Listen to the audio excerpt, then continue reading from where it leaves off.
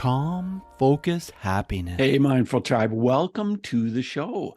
It's good to be with you once again. And I'm here today with a person who helps busy, overwhelmed people create a more calm and intentional life.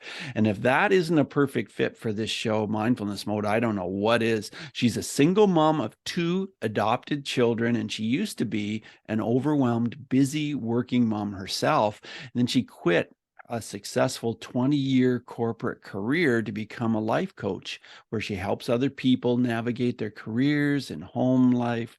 Wow. She is really making a difference in the world. I'm so happy to have Michelle Gauthier with us today. Michelle, are you in mindfulness mode?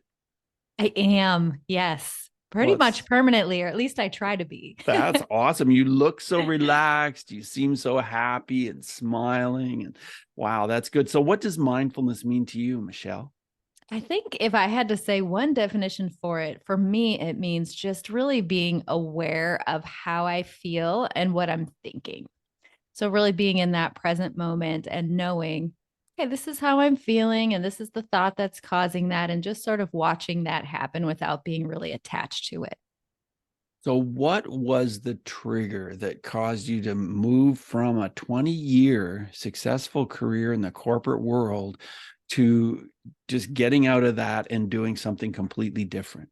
Yeah. Well, interestingly enough, it was a podcast that really did have that moment for me. But I think I knew for several years that I was living a life that wasn't in alignment with my most authentic self. I had always liked working in the corporate world, and I enjoyed my job and my coworkers, but I just didn't feel like I was really making a big difference. And something just kept coming to me and telling me that I should do that.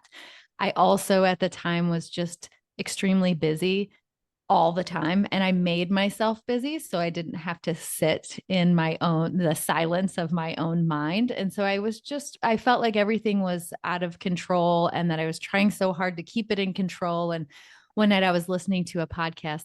I wish I could remember the name of the podcast because I'd love to give this person credit, but I was listening to a podcast and a life coach was the guest. Mm-hmm. And she was talking about how she helps people change her life. It was in a completely different way than what I do, but I just thought, that's it. That's the thing that I'm supposed to be doing. So right then I Googled best life coach, found Martha Beck. I read a couple of her books, but just within 24 hours, I had signed up to become a life coach and do her training. And I still had this busy job where I had tons of responsibility and traveled all the time. I had 2 little kids. I had a marriage that was on the rocks. And I signed up to take on this additional thing because I just knew that that was it. And I think that's the first time I'd ever made a decision like that, just straight away, right from the heart. Wow. So Martha Beck is the person that you signed up with. Was she your coach personally? I did her course. So she was the coach of the course. She was not my one-on-one coach. Yeah. But yes, so I studied under her for 6 months in order to get trained from her life coaching school. Isn't she amazing? She's amazing. She really is. Yes, she can just, she's got a level of calmness and trust in herself and the universe that is just inspiring. So I really loved that. And it was very different because I was working in financial services in a very corporate environment.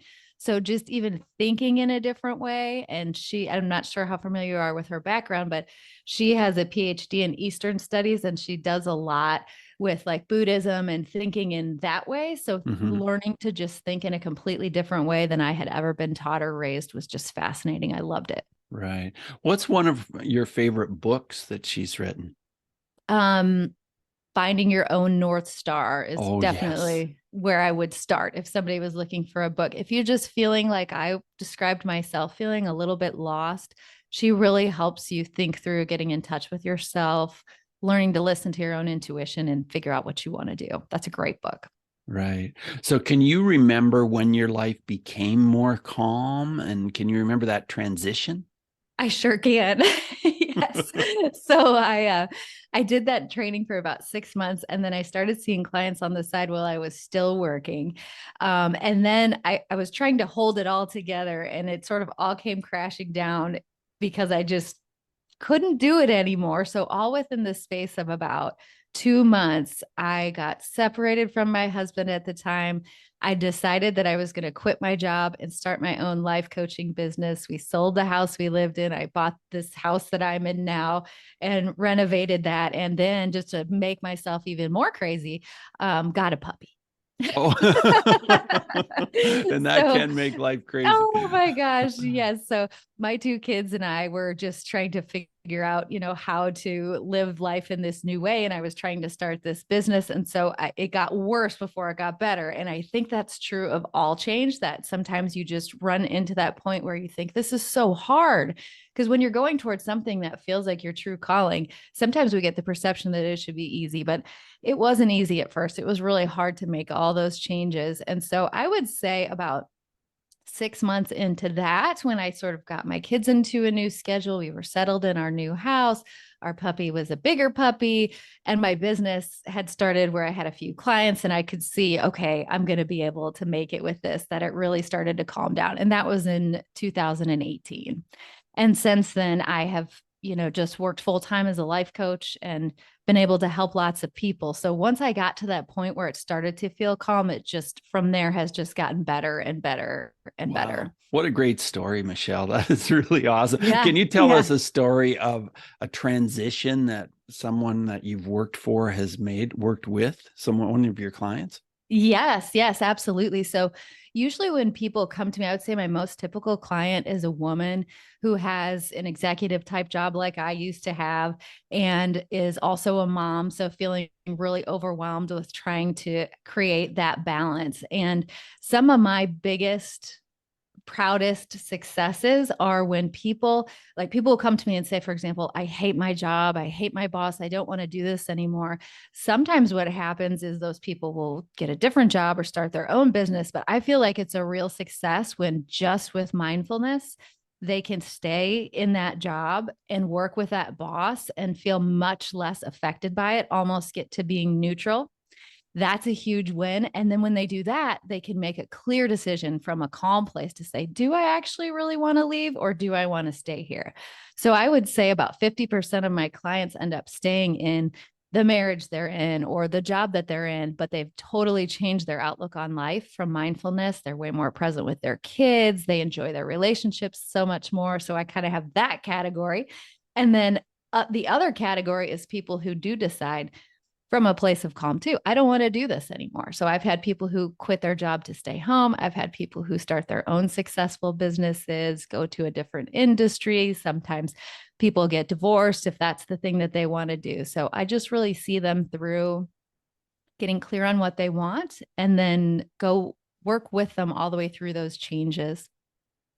I know you have 2 adopted children, and I'm really interested in the story about that. What have they taught you about mindfulness? My children? Yeah. Oh my gosh. I feel like as a parent, the key to success is being mindful. So I think a lot of time, even this morning, my daughter was just getting ready to go to school, and I had made her breakfast, and she was just in a cranky mood. And I had to notice, okay, what I'm making that mean is that she's being disrespectful to me, or that she doesn't appreciate that I made her this peanut butter toast, not like I made her a gourmet breakfast. And I just thought, maybe she's worried about something at school today. I'm not going to attach to what I believe this means. And so when she left, I was able to just give her a hug and say, I hope you have a great day. I'll see you after school. Nice. Yes. Yeah, I totally agree. Mindfulness can help us so much as parents. Yes. Yeah. So did you get both children at the same time? Did you adopt them at the same time or no? No, we did not. My son is the older one. He's 15. And the story with him, we adopted him in Texas, which is where we lived at the time. And he was a baby.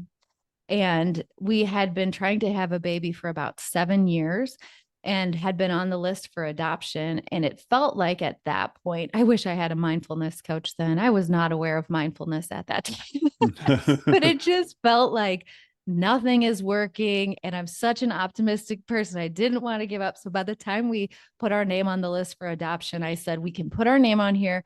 We're not getting any stuff for the baby. That will jinx it, which is such a silly thought, but that was the thought that I had. So we got this call that our son had been born and that his birth parents had chosen us to be his parents. And they wanted us to come and pick him up that exact day. So this call Wow. was at like 3 o'clock and they wanted Wow. us to pick him up that night. And she said, "Can you come to Midland, Texas tonight?" And I said, "Yes." And I'm Googling, where is Midland, Texas? I didn't even know where it was, but I knew that I was going there that Yeah. night.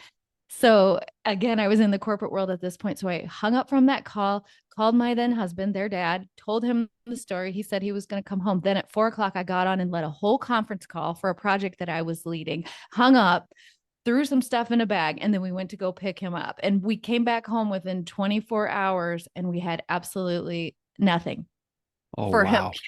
Yes, we were just showered with gifts, and our friends brought over a pack and play and clothes, and we never even had to go to the store. And by that time, a friend had done an online registry for us. I got to be friends with the UPS guy because he was coming every day with all these packages. And I really wish everyone could experience that much love and joy at one time in their life. It was absolutely amazing.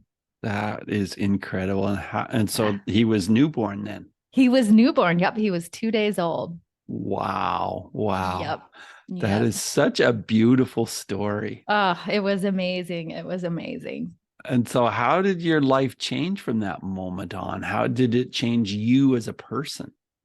It just really made me realize that although I always enjoyed work and I was always very focused on success and getting to the next level, that all of a sudden that was second or third priority. And he became our number one priority, not because I felt like it was my duty as a parent, because that's what I really wanted. I just absolutely loved being a mom. I knew in my heart I always wanted to be a mom. I knew it since I was a little girl. And so it just felt so right. So right. And like I mentioned, we were trying to have a baby for a long time. And when he was a baby, I just had this realization in the moment that if that had ever worked, then my son wouldn't be my son. And so I just had this ultimate faith in, the universe and what you're supposed to have and just being peaceful. And then you'll get what is meant to be yours. Right. Well, he's 15 now. How has your Yes. relationship with him changed over the years and now that he's a teenager? Yes. Yes. He's a nice teenager. So I've got that going for me. Um, we have a really close relationship, and we considering he's a teenage boy, we both like cars, so we have that in common, and we spend a lot of time doing that. But we still have fun like we used to have when he was young. We just do different things together. And of course, he's got a sister. He's had a sister since he was 3. Mhm. So it's just the 3 of us, and we're just really tight. We spend a lot of time together. Yeah, that's beautiful. That really is. I'm so excited for you because it just sounds like your life is a life that you were really striving for. I truly feel like that. I really do. I just wrote a blog post the other day, and in there mentioned today, just this average day, I have the life that I dreamed of. And I don't want to miss out on that by looking towards the future or hoping for something else. I just want to be in appreciation of just your average, Wednesday. Mm-hmm. Yeah. Michelle, do you have a story about bullying where mindfulness would have made a difference? Yes. Well, I think as a parent, you have to have a lot of mindfulness around bullying. It just seems so prevalent right now. And I just was reading something that after COVID, there's even more bullying because kids have less social skills and less confidence and things like that. But I've had experience with both of my kids being bullied at one time or another. And I think as a parent, it's a really fine line, because what I try to teach them is mindfulness and empathy for the person. We have no idea what's happening at their house. Let's try to think the best we can about why they might be doing this. So there's that side of it. And then there's the boundary side of it to say, you can't talk to me like that. You may not touch me, those kinds of things. So I feel like I have to practice my own mindfulness to get clear on what I want to say and how I want to talk to my kids about mindfulness.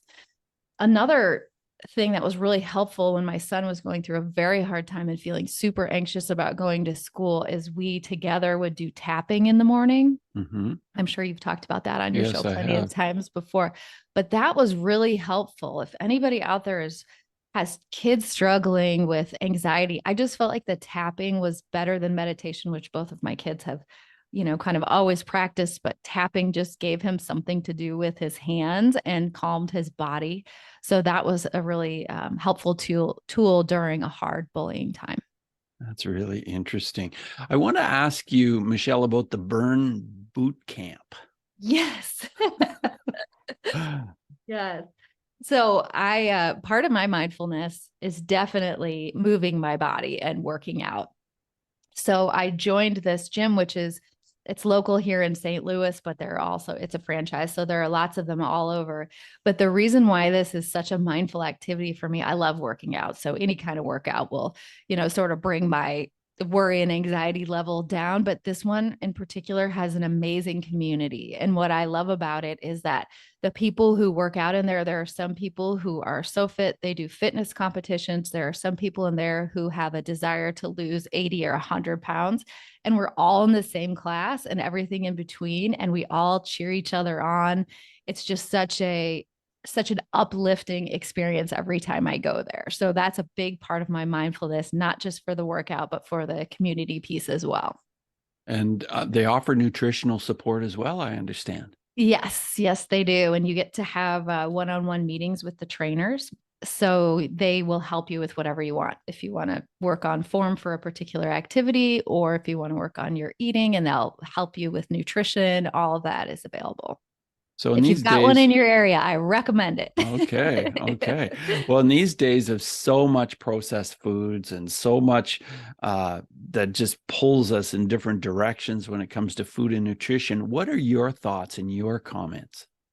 Yeah. In fact, when I was thinking about before this podcast, all the things in my life that are part of my overall mindfulness, eating is definitely on that list. And I think just trying to eat more foods that are just a single food, a vegetable or a piece of lean meat or something is really part of what makes me feel good and energized. Because I think my whole goal in a day is just to feel not fully, not like I'm full of energy, like I just had a cup of coffee, but just consistently be able to feel calm and energized throughout a day.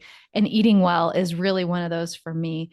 And as a single mom, business owner, I have to just plan ahead in order to do that. So on Sundays, I'll make all my lunches for the week so that in between clients, I can just go grab something healthy. And that really helps me feel overall better, which keeps me, paying great attention to my kids and focusing well on my clients and having the energy to exercise.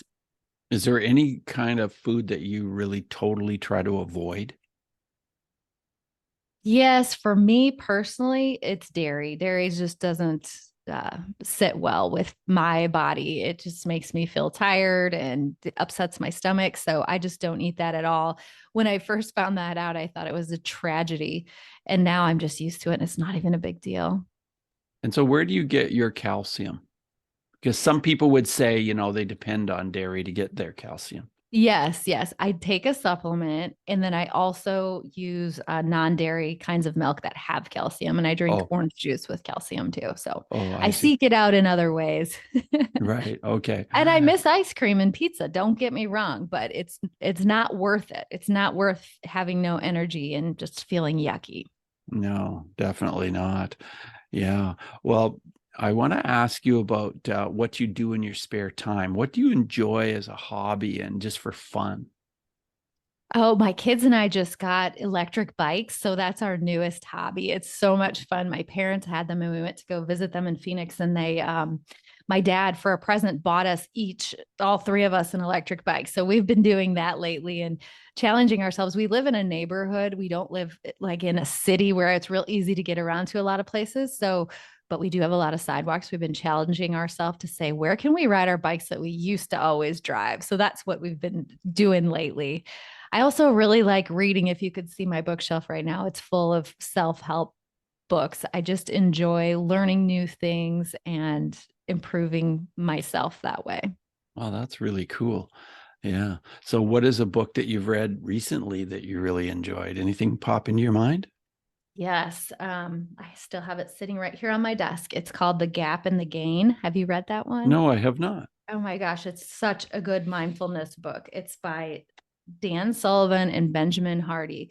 Okay. And the basic gist of it is if you focus on, let's say you have a goal, say you want to get your podcast listeners to 1 million people, then you get up to 800,000 and you think, oh, I didn't get there. And this book teaches you to focus on the 800,000 and what a win that is. So it focuses on the gain of what you've already done while keeping your overall goal in mind, but not suffering in the gap between what you actually accomplished and what your original goal was.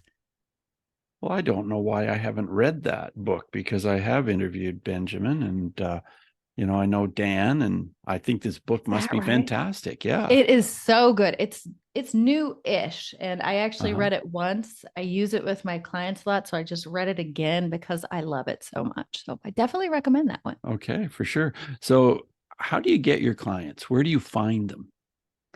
Well, a lot of referrals. And I also have a podcast called The Overwhelmed Working Woman.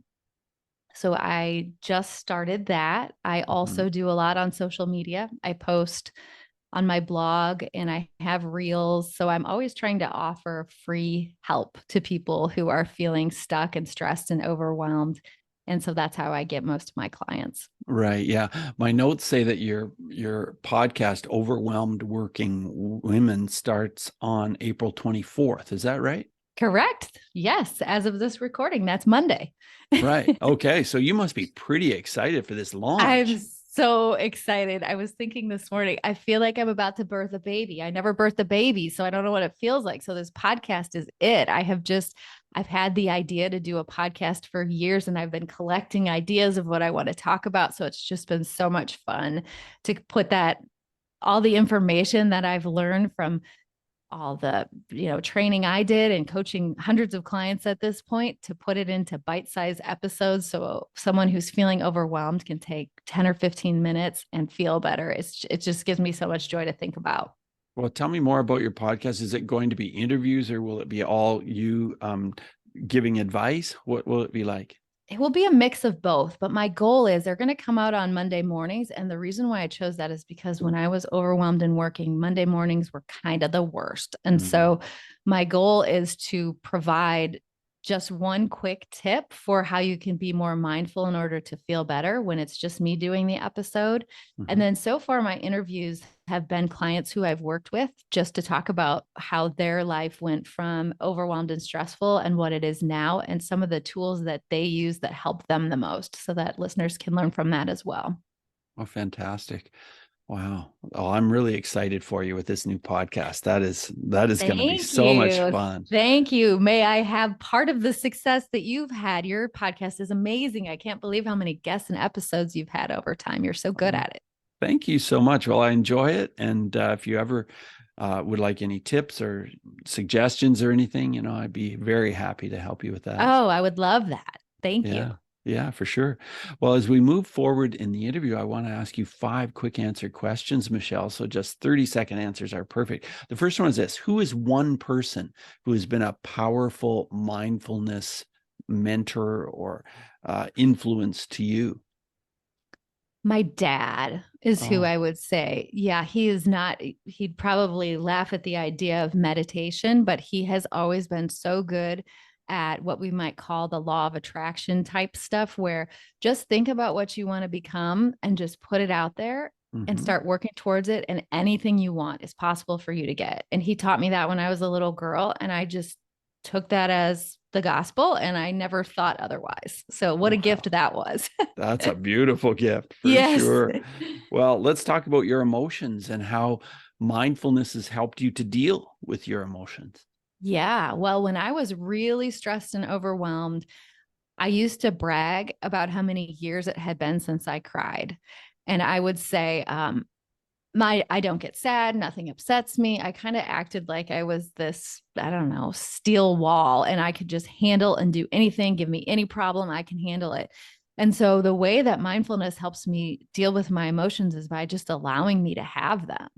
So it's amazing now. I went for so many years saying, oh my gosh, I never cry. I cry all the time now. And I'm kind of proud of that, because if I feel sad or if I feel touched by something that just hits me in the heart, that's what I want to do.